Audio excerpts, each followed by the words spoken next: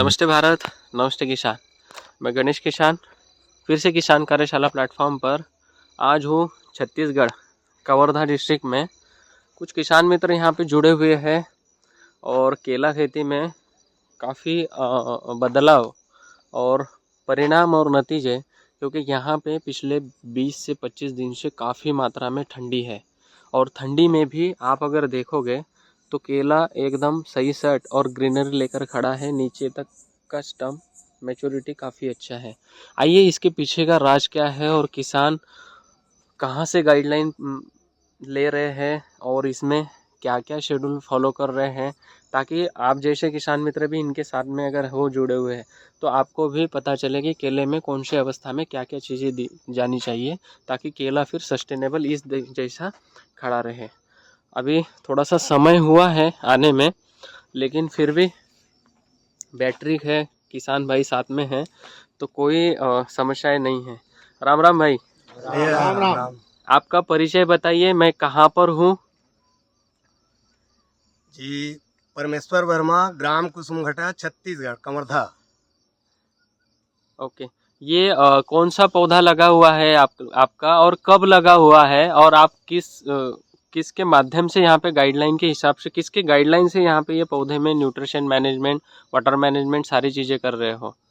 ये G9 का पौधा लगा हुआ है और G9 का पौधा लगा हुआ है और गणेश भैया के गाइडलाइन के हिसाब से ही खेती मैं कर रहा हूँ। दूसरा, इसमें जो चीज़ें आप लोगों को बताई गई है या जो न्यूट्रिशन चार्ट जो आपके पास आया हुआ है, जैसे मैं आपको बोलूँ कि इधर आइए थोड़ा सा, मैं आपको दिखा देता हूँ। जैसे पौधा प्लांटेशन कब किया हुआ है आप लोगों ने? ये पौधा प्लांटेशन 12 जुलाई की है। 12 जुलाई का जी है ना जी।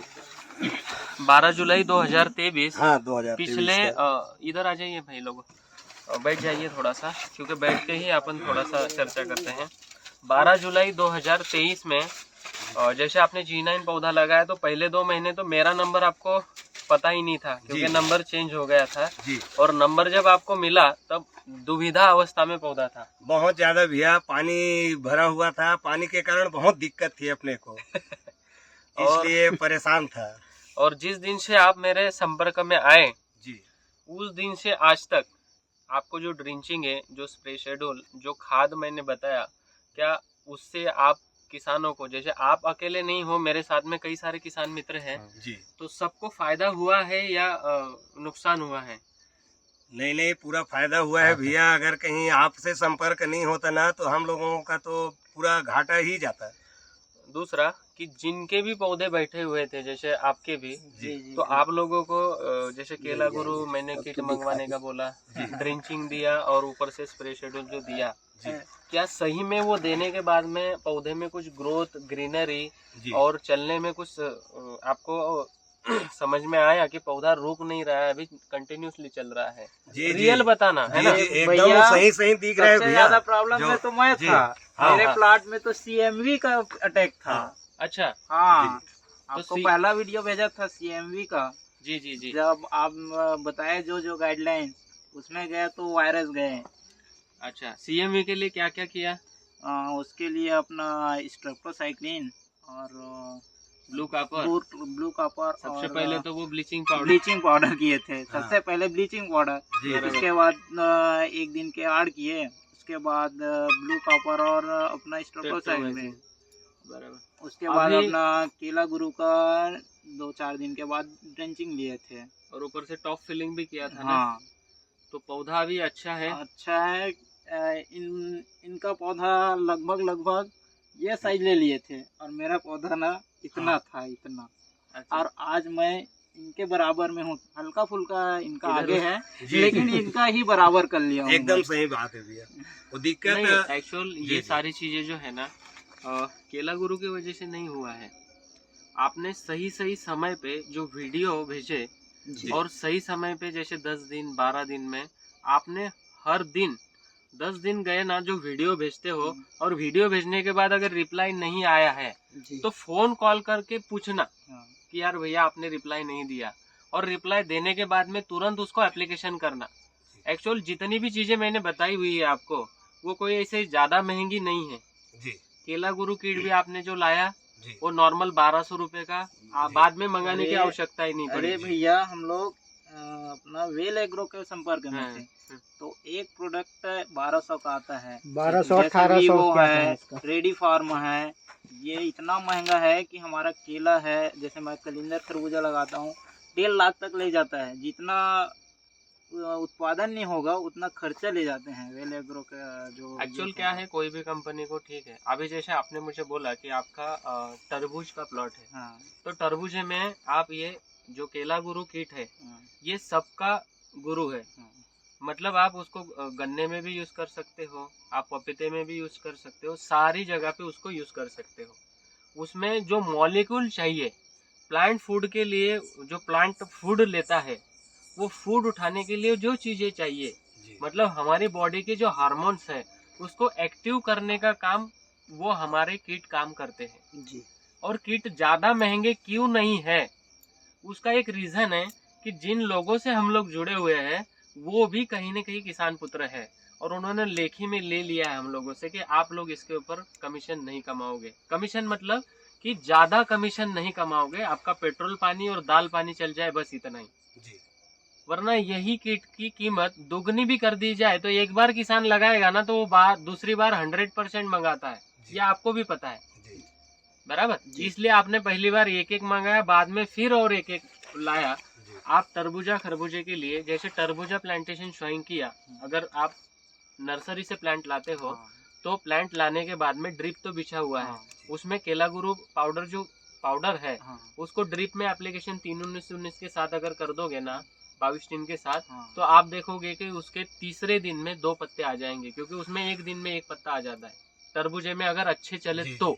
जी। और जितने उसके पत्ते आते हैं ना उतना वो आगे चलता है और उतने अच्छे जल्दी फल देता है, मतलब वो रुकता नहीं है। हाँ, ऊपर से स्प्रे के माध्यम से जैसे झिंक वगैरह के आप स्प्रे देते हो ऊपर से, हाँ, उसके साथ में केला गुरु लिक्विड का अगर आप हाँ। बॉटल डाल के अगर स्प्रे करते हो तो वो रुकेगा ही नहीं, उसकी वेजिटेटिव ग्रोथ वगैरह सारी चीजें ग्रीनरी वगैरह आपने देखा है। अरे भैया अपना तरबूज और खरबूज में ना सबसे ज्यादा समस्या होगा तो थ्रिप्स और माइट्स। थ्रिप्स माइट्स के लिए करना क्या है मैं आप लोगों को बता देता हूँ।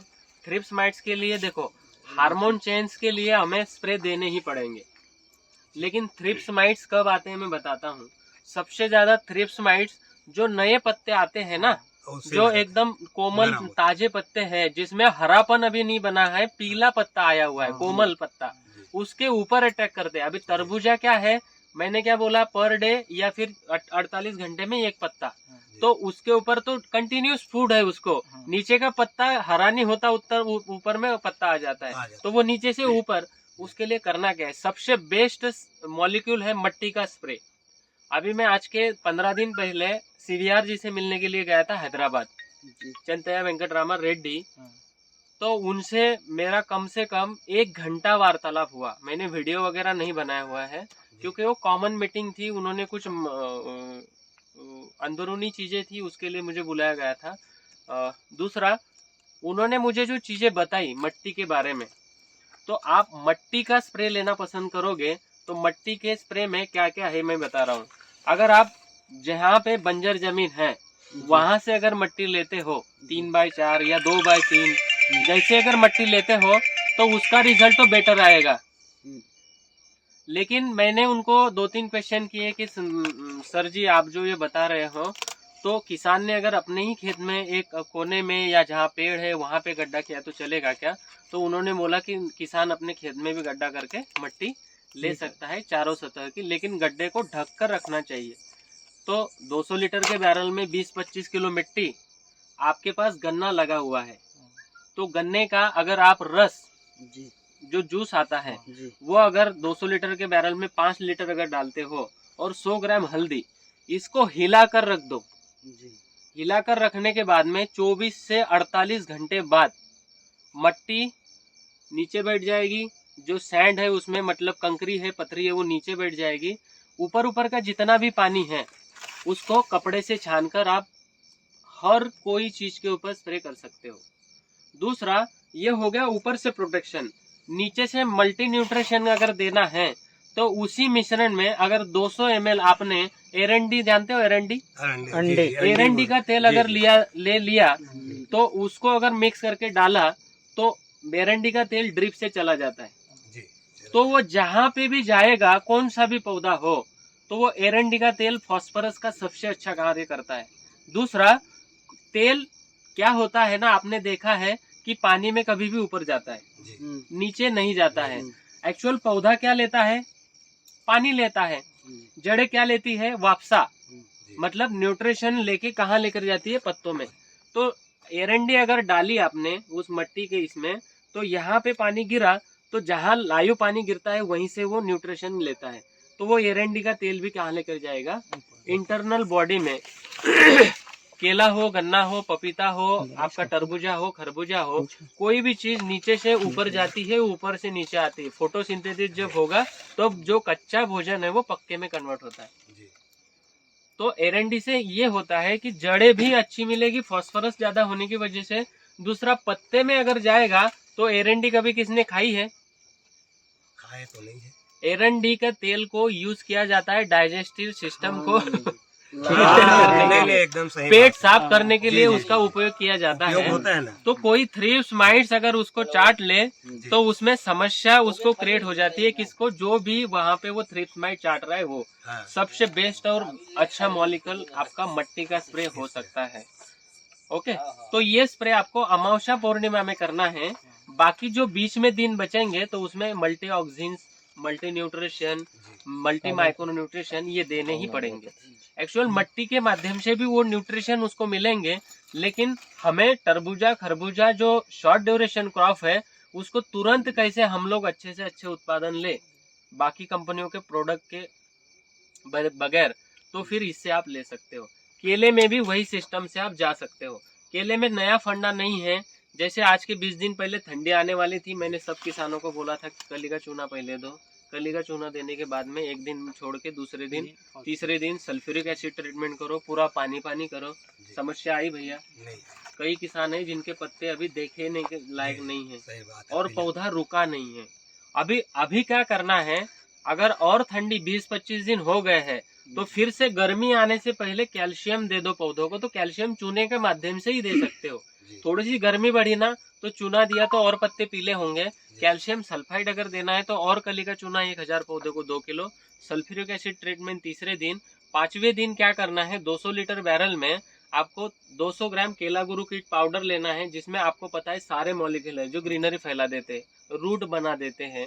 वो 200 ग्राम लेने हैं और उसके साथ 100 ग्राम आपका यूपीएल का साफ हो, जैसे कार्बनिज्म मैनकोजेब कोई भी कंपनी का हो, मैं कंपनी का नाम नहीं लेता हूँ, वो लेना है आपको।